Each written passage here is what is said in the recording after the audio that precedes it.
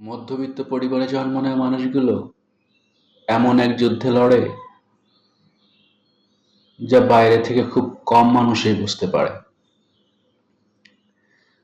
তারা না গরিব যে সাহায্য চাইতে পারে, না ধনী যে সবকিছু সহজে পেয়ে যায়। তারা হাসে, স্বপ্ন দেখে, সংগ্রাম করে, কিন্তু তাদের জীবনের কিছু কষ্টের গল্প কখনো কারো সামনে আসে না। আজ আমরা কথা বলবো মধ্যবিত্ত জীবনের এমন কিছু কঠিন বাস্তবতা নিয়ে, যা হয়তো আপনার নিজের জীবনকেও তুলে ধরবে। স্বপ্ন দেখার আগে বাজেট দেখতে হয়। ধনী মানুষ অনেক সময় পছন্দের জিনিস কিনতে পারে, গরিব মানুষ জানে তার সামর্থ্য নেই। কিন্তু মধ্যবিত্ত মানুষ সবচেয়ে বেশি দ্বিধায় থাকে। সে জিনিসটি কেনার সামর্থ্য কিছুটা আছে, আবার নেই। তাই তাদের জীবনের প্রতিটি স্বপ্নের আগে আসে হিসাবের খাতা। নিজের চেয়ে পরিবারের কথা বেশি ভাবতে হয়। একজন মধ্যবিত্ত ছেলে বা মেয়ে অনেক স্বপ্ন থাকে। একজন মধ্যবিত্ত ছেলে বা মেয়ের অনেক স্বপ্ন থাকে, কিন্তু সেই স্বপ্নের আগে দাঁড়িয়ে যায় পরিবারের দায়িত্ব। নিজের শখ, নিজের ইচ্ছা, নিজের আনন্দ, অনেক কিছুই ত্যাগ করতে হয় পরিবারের জন্য। কারণ মধ্যবিত্ত পরিবারের সন্তানেরা খুব ছোটবেলা থেকেই বুঝে যায় আমার পিছনে একটা পরিবার দাঁড়িয়ে আছে।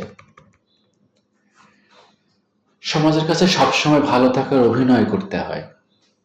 বাস্তবে হয়তো সংসারে অনেক সমস্যা চলছে, কিন্তু বাইরে সবাইকে দেখাতে হয় সবকিছু ঠিক আছে। অনেক মধ্যবিত্ত পরিবার নিজের কষ্ট লুকিয়ে রাখে শুধুমাত্র সম্মানের জন্য। কারণ সমাজ অনেক সময় মানুষের সংগ্রাম দেখে না, শুধু অবস্থান দেখে। চাকরি শুধু স্বপ্ন নয়, প্রয়োজন। অনেকের কাছে চাকরি একটি ক্যারিয়ার, কিন্তু মধ্যবিত্ত পরিবারের জন্য চাকরি অনেক সময় পরিবারের বেঁচে থাকার প্রশ্ন। তাই চাকরির ইন্টারভিউতে ব্যর্থ হওয়া মানে শুধু একটি সুযোগ হারানো নয়, বরং পুরো পরিবারের স্বপ্নে আঘাত লাগা। তুলনার বোঝা সবসময় কাঁধে থাকে। ওর ছেলে ডাক্তার হয়েছে, ওর মেয়ে বিদেশে গেছে, পাশের বাড়ির ছেলে পাশের বাসার ছেলে বাড়ি করেছে। এই তুলনা এই তুলনার চাপ মধ্যবিত্ত পরিবারের অনেক ছেলেমেয়েকেই প্রতিদিন সহ্য করতে হয়। কিন্তু মানুষ প্রায়ই ভুলে যায় প্রত্যেক মানুষের জীবনযাত্রা এবং সংগ্রাম আলাদা হয়। অসুস্থতা অনেক সময় ভয়ের কারণ হয়ে দাঁড়ায়। অসুস্থতা অনেক সময় ভয়ের কারণ হয়ে দাঁড়ায়। একটি বড় অসুস্থতা শুধু শারীরিক সমস্যা নয়, এটি অর্থনৈতিক সমস্যাও তৈরি করতে পারে। তাই অনেক মধ্যবিত্ত মানুষ নিজের চিকিৎসার চেয়েও খরচের কথা বেশি চিন্তা করে। এটাই তাদের জীবনের এক নীরব বাস্তবতা। সাফল্যের পিছনে থাকে অগণিত ত্যাগ। আপনি যখন মধ্যবিত্ত পরিবারের সফল মানুষকে দেখেন, তখন তা হয়তো তাদের তখন হয়তো তার বর্তমান অবস্থান দেখেন, কিন্তু দেখেন না কত রাত না ঘুমিয়ে পড়াশোনা করেছে, কত ইচ্ছা ত্যাগ করেছে, কত ব্যর্থ হয়ে আবার উঠে দাঁড়িয়েছে। মধ্যবিত্তের সাফল্য সাধারণত হঠাৎ আসে না, দীর্ঘ সংগ্রামের পর আসে। একটি বাস্তব গল্প বলি। একজন ছেলে প্রতিদিন বিশ্ববিদ্যালয়ে যেত পুরনো জুতো পরে। বন্ধুরা নতুন ফোন কিনতো, নতুন পোশাক পরতো। সে শুধু চুপচাপ নিজের লক্ষ্য নিয়ে সে শুধু চুপচাপ নিজের লক্ষ্য নিয়ে কাজ করত। কারণ সে জানতো বাড়িতে তার মা বাবা আছে, কষ্ট করে টাকা পাঠাচ্ছেন। কারণ সে জানতো বাড়িতে তার বাবা মা কষ্ট করে টাকা পাঠাচ্ছে, বহু বছর পর সেই ছেলেটি একটি ভালো অবস্থানে পৌঁছায়।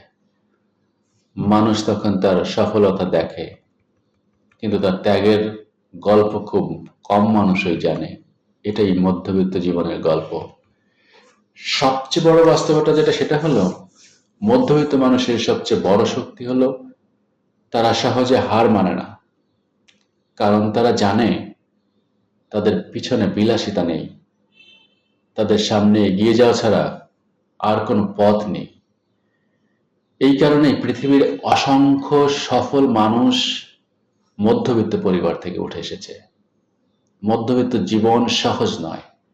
এখানে প্রতিটি অর্জনের পেছনে থাকে সংগ্রাম, ত্যাগ এবং অদৃশ্য চোখের জল। কিন্তু মনে রাখবেন, সংগ্রাম কখনো আপনার দুর্বলতা নয়। সংগ্রাম আপনাকে এমন শক্তি দেয় যা সহজ জীবন কখনো দিতে পারে না। আর যদি আপনি মধ্যবিত্ত জীবনের কষ্টের মধ্য দিয়ে যাচ্ছেন, তাহলে হতাশ হবেন না। কারণ ইতিহাস বলে অনেক বড় সফলতার গল্প শুরু হয়েছে একটি সাধারণ মধ্যবিত্ত পরিবারের ছোট ঘর থেকে। ধন্যবাদ। ভালো থাকবেন। তার চেয়ে বড় কথা, নিরাপদ থাকবেন।